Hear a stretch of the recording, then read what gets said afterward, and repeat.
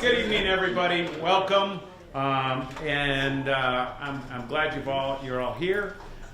This is the annual meeting of the Southbridge Business Partnership, and tonight we're going to start off with a speaker. I have in our presence we have Tim Murray, who is the president and CEO of the Worcester Chamber of Commerce. He took that title in June of 2013. He runs a lot of he's involved with a lot of the regional chamber of commerces, and actually Alex isn't here, but I want to thank her very much because she's the one that suggested we bring Tim in and speak for us tonight. Prior to the chamber, Tim was elected Lieutenant Governor of the Commonwealth of Mass back in 2006 and led historic grassroots campaigns along with Governor Deval Patrick. As Lieutenant Governor, he worked to promote job growth, delivered landmark reforms in ethics, education, pensions, and the transportation system. Tim led the Patrick Murray administration negotiation with CSX regarding the historic acquisition of tracks along the Commonwealth and facilitated Massport's acquisition of the Worcester Regional Airport. As Lieutenant Governor, Tim chaired the National Lieutenant Governors Association as well. A lifelong Worcester resident, he was the former three-term mayor of Worcester as well. Tim's been in the Worcester region a long time, was schooled there and lives there, and has brought up his family and lives there with his wife Tammy and two daughters.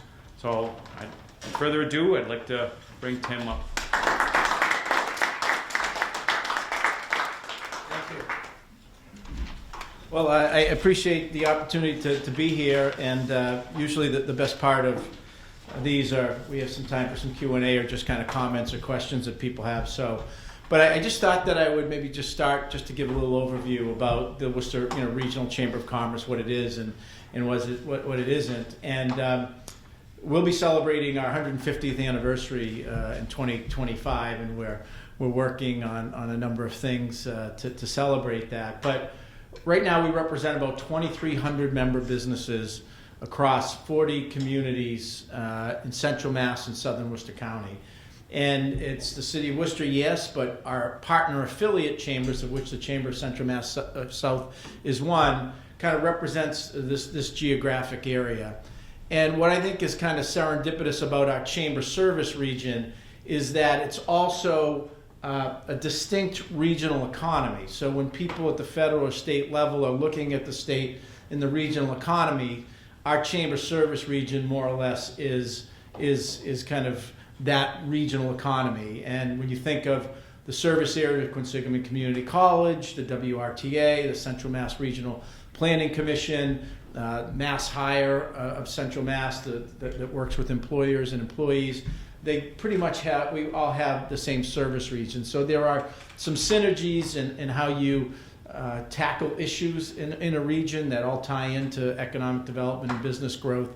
And so we were able to partner with a lot of groups. The partner affiliate chambers that we work with, and I'll just touch on the different ways that we work with them, include the Auburn Chamber, the Webster Dudley Oxford Chamber, the Blackstone Valley Chamber, the Chamber of Central Mass South, which is about a dozen communities, at least on the Massachusetts side, of which Southbridge is one, the Wachusett Area Chamber of Commerce, which is Holden and the Ring Towns. And then this past year, in 2022, we added two new affiliates. The Clinton Area Chamber of Commerce, and Clinton at one time had a chamber about 12 years ago. It ceased to exist prior to COVID. A number of businesses and town officials came and said, could you work with some of our businesses about exploring what their options are? And ultimately they chose to be a partner affiliate with the Worcester Chamber. And then the Latin American Business Organization. It's been around for 12, 15 years, about 350 Latin-owned businesses, and generally speaking the same region, and they became an affiliate of a chamber. And what does the affiliate model mean? So really it's what the particular affiliate needs are and where there may be gaps, and it also is an opportunity for an affiliate chamber that runs their own programs and events to give extra value. So to a member of the Central Mass the Chamber of Central Mass South, in addition to the program and events that they run, their members have access to the programs and events that the Worcester Regional Chamber of Commerce runs, as well as the information that we put out on a regular basis. And the value of that became very clear during the COVID crisis. We have a Vice President of Government Affairs and Public Policy, Alex Guardiola, who in real time was getting that information from the State House, from Washington, D.C., translating into language that we all could understand, and disseminating that information out quickly, and whether it be on the Paycheck Protection Program or the various mandates and requirements that were coming down. We were able to get that information out, share it with our affiliates. And when I had law offices and accounting firms taking that information and sharing with their clients, I felt pretty good about us getting out timely, accurate information. And so that's just an example. And how we support our affiliates depends on what's happening. If there's certain economic development issues, if there's staffing, that they need some additional help for, we with our team can kind of be helpful and fill in some of those gaps. And there was a situation a few years back, and in the Webster Dudley Oxford Chamber, when IPG Photonics was growing and expanding, they were getting a TIF from the town as well as some state dollars to help do that expansion, which had 200 jobs and was a significant tax base expansion, but required a special town meeting in July. And so our team was on the phone to try to make sure we had the minimum number of people there so that could pass successfully, benefiting the regional economy. So those are just a handful of examples, but ultimately we recognize that those affiliates are closest to the ground, are working with their members in other organizations. And I was excited, when I heard about the Southbridge Business Partnership being formed and kind of their goal, because it's not unlike, as I would say, in Worcester, there's a number of neighborhood business districts. We have about a half a dozen neighborhood business districts in the city that we work with and support and on a variety of different initiatives in the city. So to have a group of business owners who are uniquely focused on Southbridge, I think just adds value.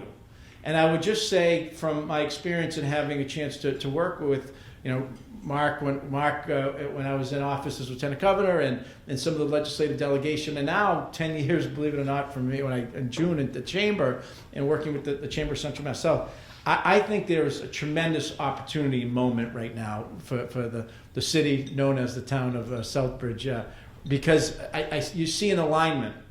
And it's not like, in some ways, what we experienced in Worcester over 25, 30 years. And again, it's just take this, in terms of scale. I mean, Boston disproportionately dominates time and attention and resources. We in Worcester said, how do we, make sure we're advocating for resources? How do we develop our own economic development agenda? And over the last 20 years, we've tried to work together. And that, in looking at the website, is I think the theme of which the Southbridge Business Partnership is based. They said, working together for Southbridge and better together. And that is absolutely true, because in Worcester, we tried to, put our shields and swords at the door and come in the room between the different elected officials, our business leaders, and our institutional partners to try to come up with a common economic development agenda. What are our priorities? There's a lot of things we want and need, but what are our priorities? And how do we, in a unified fashion, make that ask in a way that benefits and lifts up a community? And when you're able to do that, the business community, government leaders at different levels, institutional partners in the nonprofit community come together in a united front, you're gonna do better. You're gonna get more response, a more favorable response, because there are finite resources at the state and local level. Right now, it seems like it's infinite. I'm very jealous of them right now, because we were in government during the Great Recession.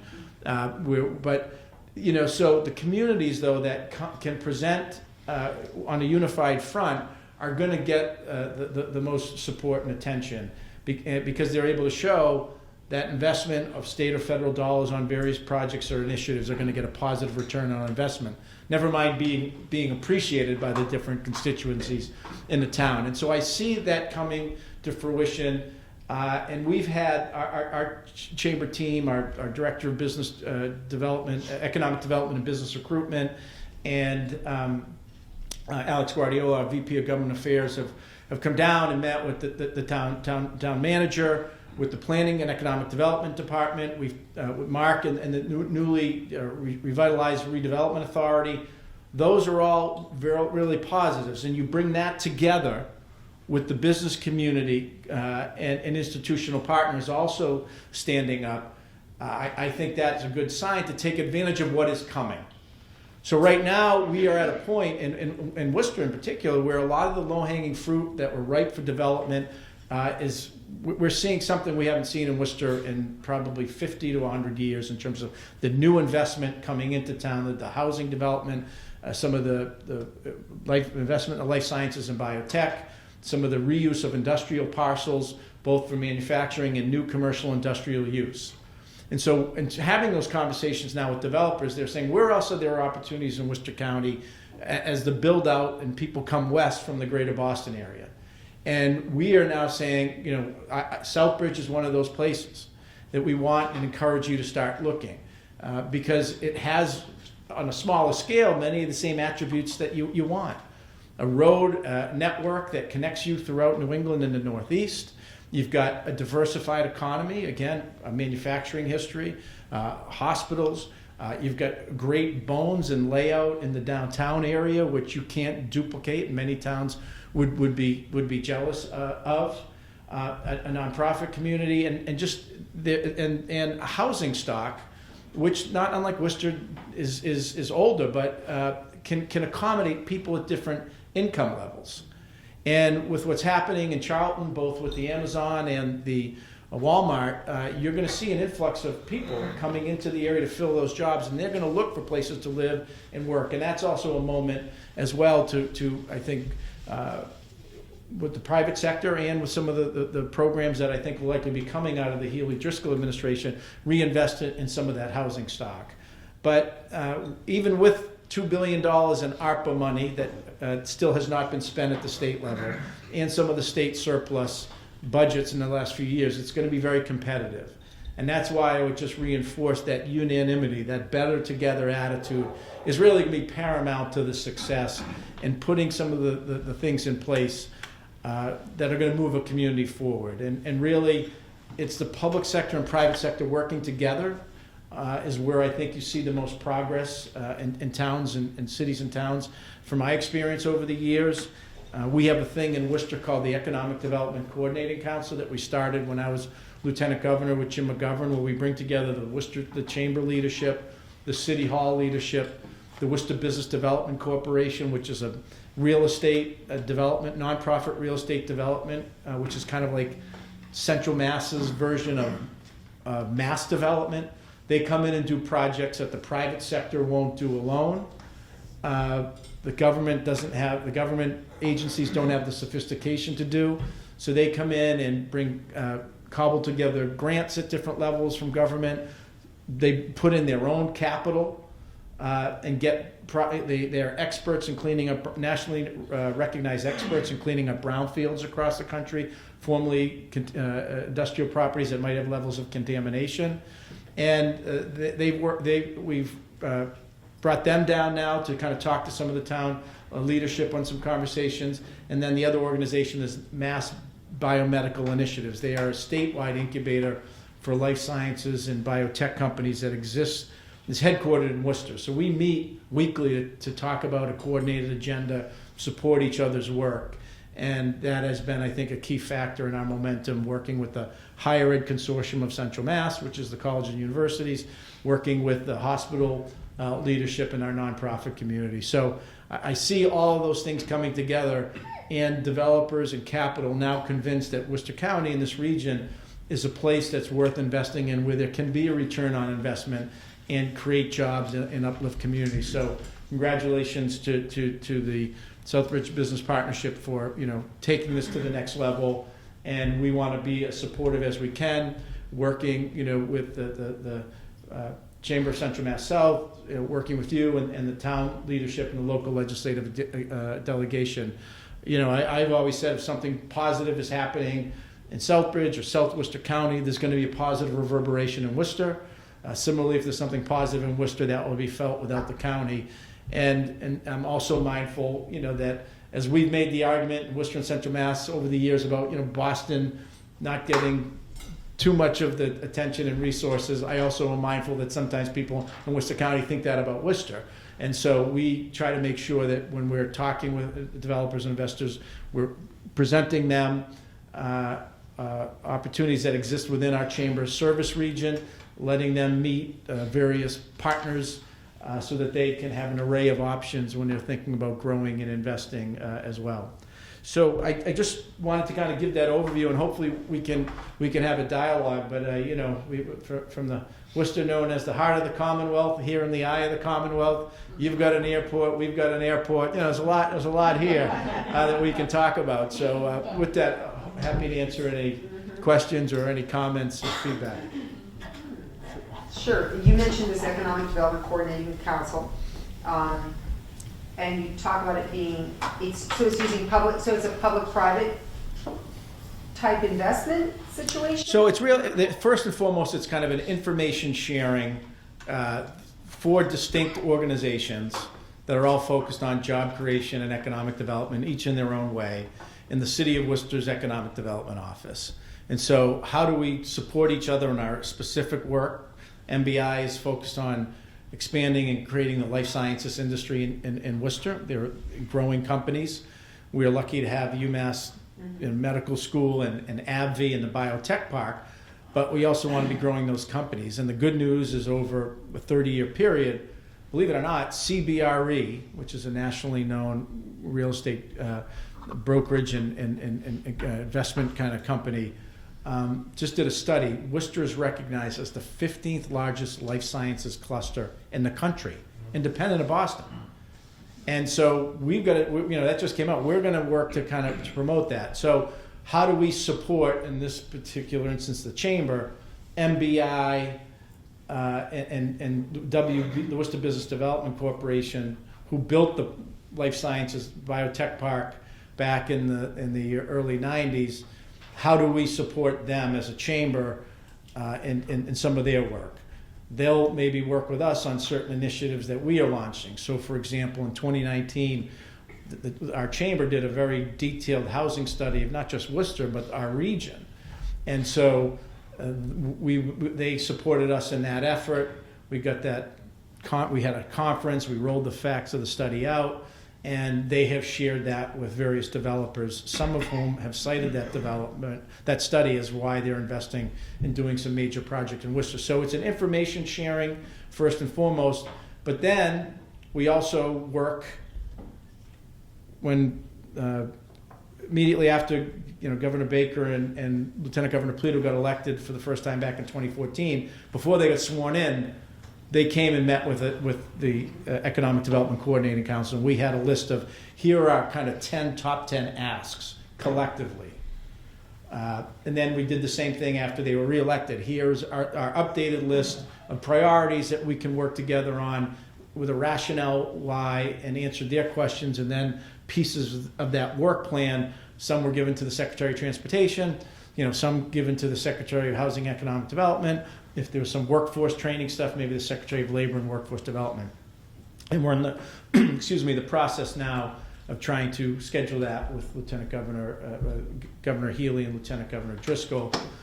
We have had a phone conversation with the Secretary of Economic Development, and so that process is just unfolding, and we also take that information and use it to work with our local legislative delegation. The Chamber might be the point person on one of those 10 priorities. The WBDC may be the lead on the other. The City of Worcester on something else. But the idea is we all know what each other's doing and trying to support one another at our asks, both at the local level and the state and the federal level as well, with our federal delegation. So that's really what it is. And I do see kind of some of that same synergy happening, and the Southbridge Business Partnership working with municipal officials and others just adds to that, and I just would encourage you to kind of keep that communication up and sitting in the room and trying to identify those shared priorities.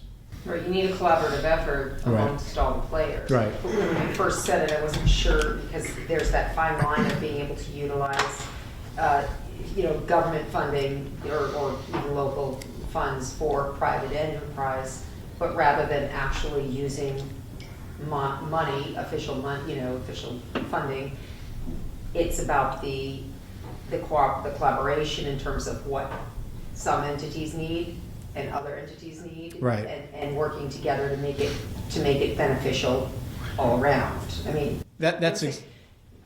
No, that's exactly it. So, if... I think that needs to be handled more here in Southbridge.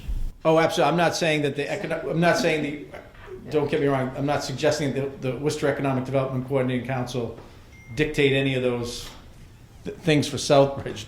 Oh, no. Quite the contrary. Okay, yeah, I think that would be the town leadership, the elected, the legislative delegation, working with the Southbridge Business Partnership, the chamber, saying, what are the top 5 to 10 things we want to accomplish over the next year, whether it be on transportation, housing, economic development, workforce training, and how do we support each other, Right. and divide up who would be the lead on those things. So that's what I see as a real opportunity and an exciting moment for Southbridge and the towns that surround it, but particularly the town, because the towns that surround Southbridge, many of them feed into the town for various services and needs and entertainment, and there's capacity for that to grow given the bones and infrastructure that you have here.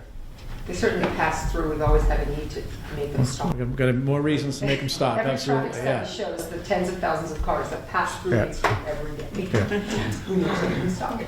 Ed? Tim, you mentioned life sciences, and just for my edification, whenever I drive up to UMass and I get near the beach where there's that big Galaxy development doing a big Right. project up on the hill there, what's the status of that? I mentioned the biotech park was built in the late early 90s.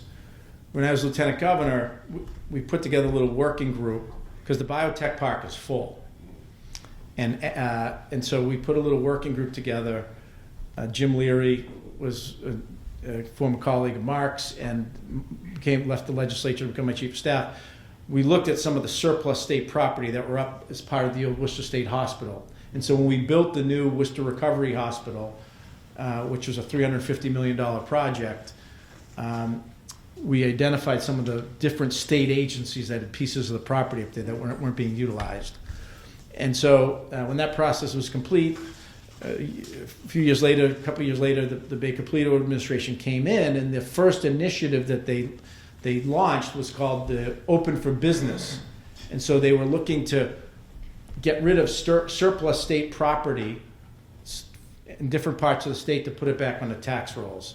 So the Worcester Economic Development Coordinating Council, we submitted a joint proposal to the state with the WBDC, the Worcester Business Development Corporation, to be the lead, to have the state convey the property to the WBDC to redevelop it into a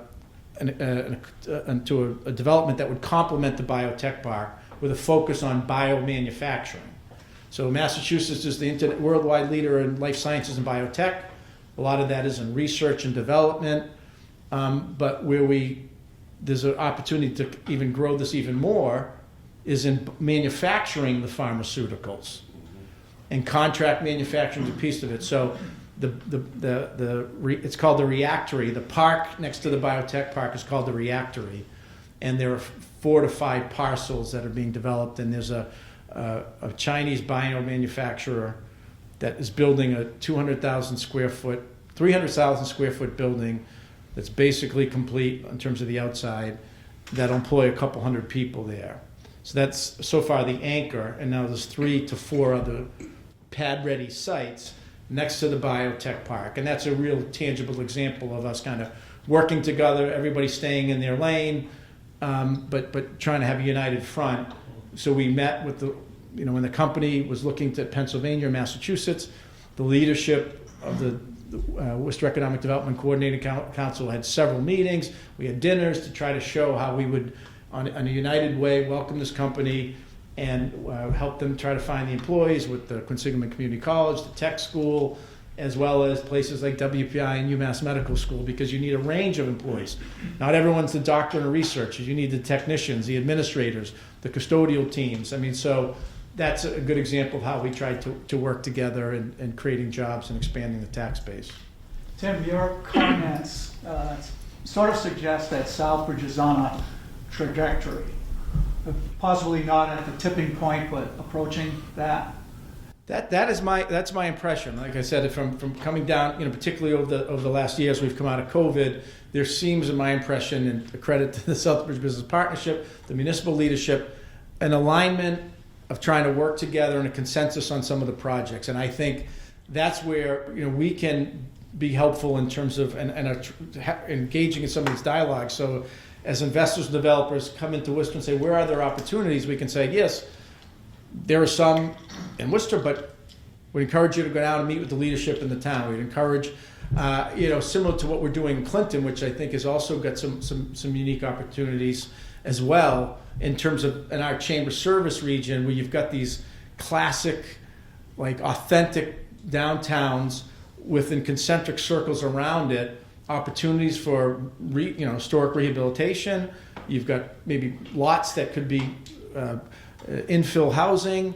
You've got amenities in terms of bike trails and just kind of the proximity to some of the natural things that people want to see and be a part of. So I think there's some opportunities, and there's only so many communities that have that, and you've got a mix right now of sectors which you can build on, whether it be the manufacturing, healthcare, the retail. So I think it's kind of unique when you look at some of the communities in South County, and so that's where I think I would encourage you to keep working on that trajectory. So you're at a point where you can say, Well, acquiring consensus. Oh, it's hard work. Yeah. It's hard work. You've been successful at that. Yeah. So do you have any tips? Well, I mean, I mentioned, I mentioned Kevin O'Sullivan, who was a state legislator, and I think he was before your time, Mark, but he just stepped down a couple of years ago as the leader of MBI and retired, and John Weaver, his deputy, just took over. But Kevin would use that line that, check the swords and shields at the door, and you get in the room and you try to work things out, and that means priority of the town maybe on this particular issue, maybe secondary to the business partnership, but you try to say, how do you sequence these, how do you work together? Because like I said, every community is looking for assistance, and ultimately there's a lot of these programs that exist, whether it be through the Secretary of Transportation, Economic Development, Housing, that want public-private match. We'll put some state or federal dollars in if we know there's a private sector match or an institutional match, or the town's putting some investment in. So where there's that unified front, when they're evaluating and scoring what community is going to be the recipients of that, where they're going to be, more often than not, you're going to be a successful recipient. And so I just would encourage you to stay at it. It is hard work, but that's like anything else. That's how you get things done, whether it be in your business or a nonprofit or team or your family, whatever it is. You gotta give and take. Thank you. Good, congratulations, and we're here and look forward to working with you and supporting the business partnership and our affiliate Alex as well. So, thank you.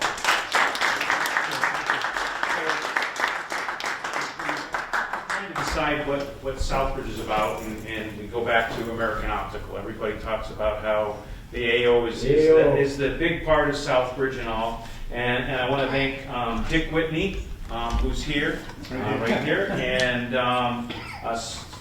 Scott Shapiro from AO Eyewear. And this is a pair of the newly released AO Saratoga, which is won by JFK. So it's in the front right here. It's a brand new release. It's a brand new release. Wow. Very Look at that.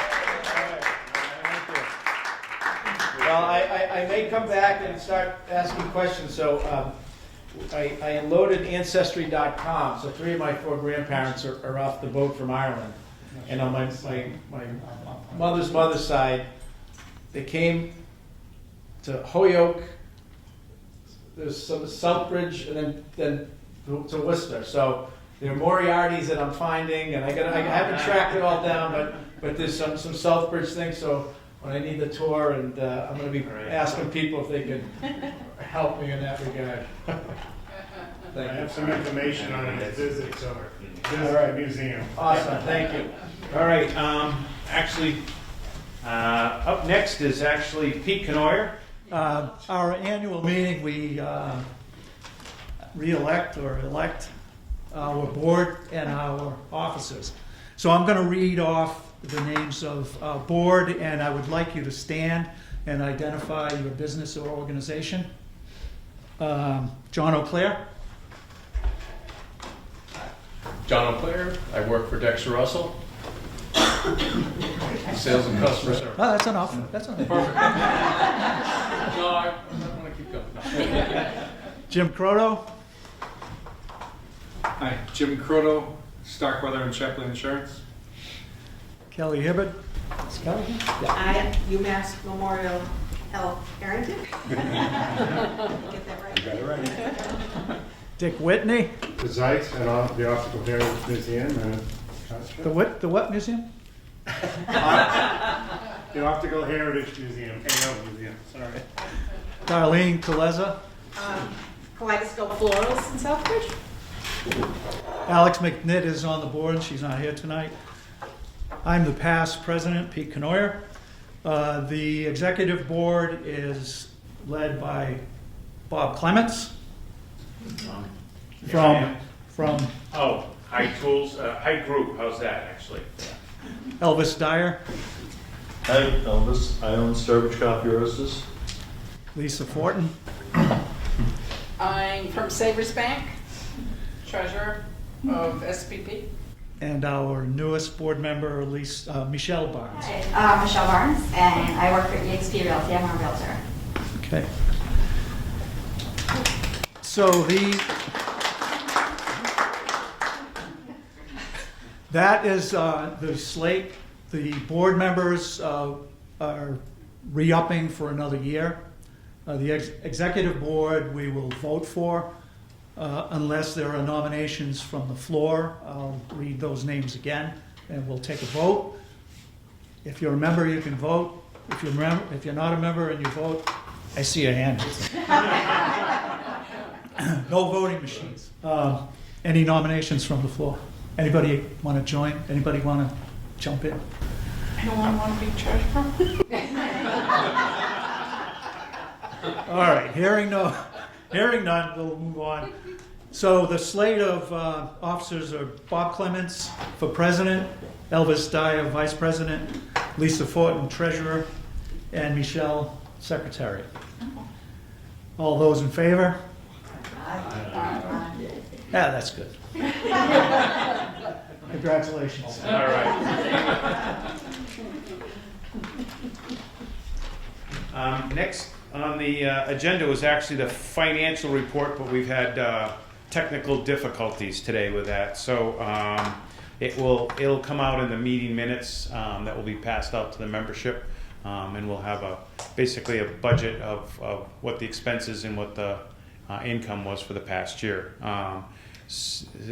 As it sits, we have about over $50,000 in the bank at this point in time. So 84 members. yeah, 84 members. The membership is at 84, and so things are in good position. We're moving along well, but there are several things that I'm going to talk about a little bit later on. I wanted to actually at this point open up the mic for anybody before I. I'm going to actually talk about other things, and then I'm going to do open mic. So one of the discussion points I have, and I noticed he's not here, was the Southbridge trash pickup for landowners. Okay, all right. Denise Clements is actually going to talk about it. So. Thanks, Southbridge Community Television, for being here again. So Mike Marchetti, who's Councilor Mike Marchetti, he's also the chair of the Curbside Trash Committee. For those who don't know, if you are property owners in Southbridge, you should know it's very important that you start paying attention, because our contracts, as they are, will subside. They will cease in another year. And so the community has been working on trying to provide another resource for us in terms of what will happen, what will the impact be.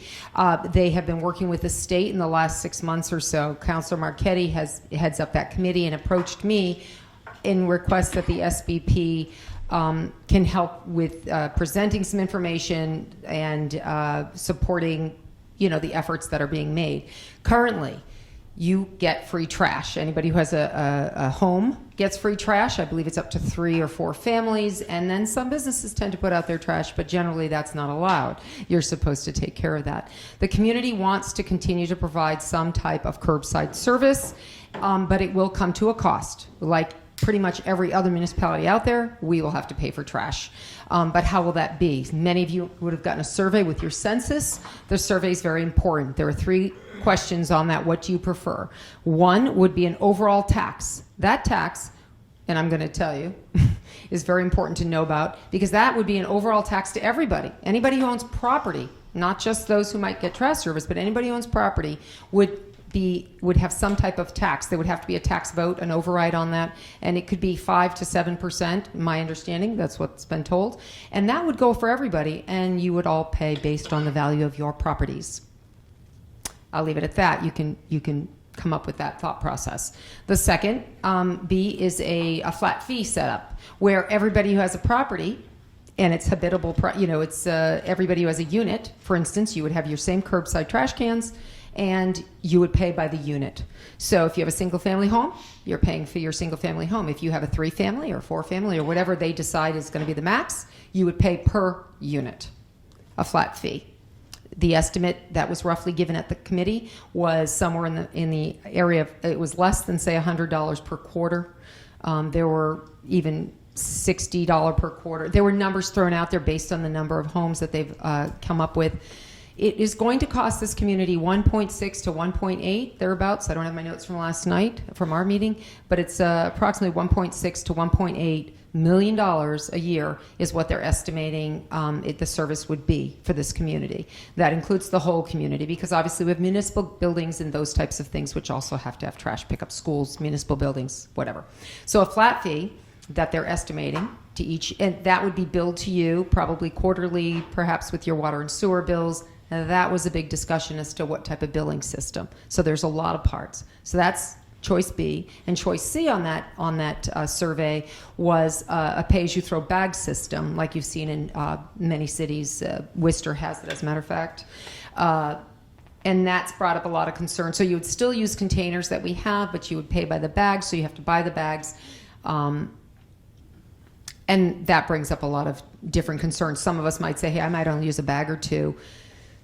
How is that going to work? We are more than 50% multifamily. How will that work? You need to, again, think about that seriously, because while it makes sense maybe in the short term in your own mind, does it make sense in the full-blown knowing Southbridge and its culture and its situation? You know where I'm leaning, I'm sure. So anyway, but that's up to you. There are surveys out there, and you really should let your voice be heard. You should contact the trash committee. You should look on the Southbridge Community Television station. They do all their videos are done on YouTube, and they pretty much videotape every single meeting. So if you want more information. But what Mr. Marchetti really wanted from you guys tonight was perhaps the opportunity to present what's going on in maybe a special SBP meeting, maybe one that's a virtual live situation where you would kind of sponsor it. SBP would help to get the word out through your channels. Maybe it's held at the town hall, and it's promoted by SBP and Mr. Councilor Marchetti and the others, the health department and such, would present the information, and they could do it as a combination, virtual, in person. So if people want to show up, great. If they just want to watch it on TV, and if they want to be able to ask a question or participate from afar, that would be allowed as well. And so there's something that they would like to have done in the next few weeks, less than a month perhaps, if you're so willing to sort of jump on that bandwagon and be a part of getting the message out to property owners.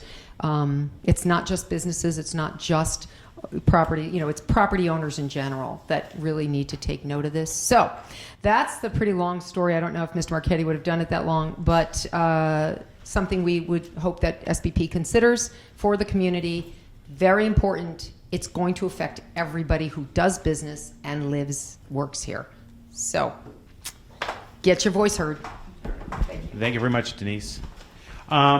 Next on my discussion list was actually discussion about partner involvement. Again, we're at the kind of the start of our season where there isn't much going on right now, but forthcoming, eventually, probably within 2 to 3 months, the Autumn Fest committees are going to be starting up. We need people to help with these committees. And in order to make things happen, we just need to be part of that. Another thing that we do support is the Holiday Visions, which is actually part of the town of Southbridge, but SBP has been trying to sponsor and keep the activity going of all of these Christmas decorations that we put up around town. That is a separate committee that's part of the town. And again, you can get involved with that. You can go on, there's a Facebook page for all of that, and it's easy to just reach out and can get involved with that. Again, their program starts in the middle of the summer and they work through the summer to the fall. As the fall comes, the hours go up and involvement gets a lot higher. And then the last thing on my discussion list here is that I am going to be working on putting together a strategic planning session for SBP. This group goes back to 2016, where we spent the year of 2016 into 2017 strategizing and redeveloping the Southbridge Business Partnership. Our so-called plans, business plans that we had were all done back in 2016. And we were looking out 5 years, and now it's 6 years later. It seems like it happened like that. But we need to kind of get our membership in together, talk about what our members are looking for from SBP, and where we want to go in the next 5 years. Again, involving the town and different people within different committees around town, and again, trying to get together.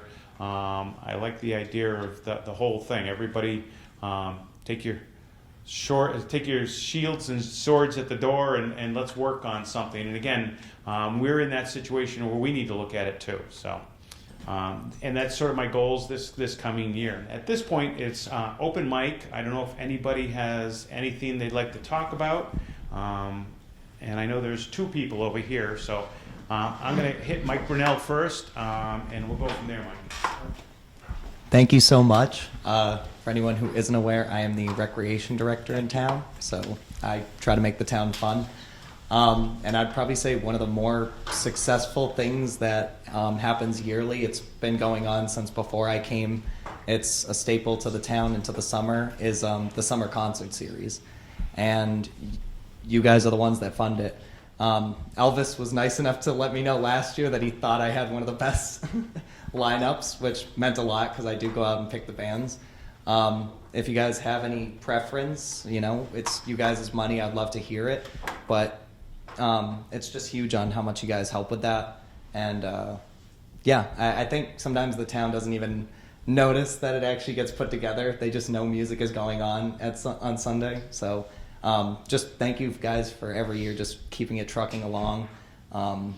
If you are able to help in any similar fashion as of last year, very much appreciate it. It would be huge. And again, if you have any suggestions, any requests, I'm here to listen. Thank you. I'd just like to say, it was brought up earlier, I think Southbridge is on the upswing, but when you're here, you don't always recognize it. But anyway, partially because of SBP, I'm excited. One of the things I want to see more of is projects. And if anyone's interested in helping me, one of the projects I have to get back to the board on at SBP is windows. You may have seen on Central Street, we have windows thanks to Yale Realty.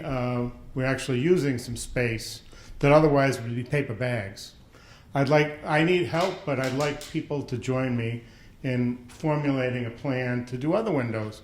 That takes, what's it going to be? It could be a business of your own. It doesn't have to be an empty storefront. You know, Cormier's or some other business could put up an interesting window picture.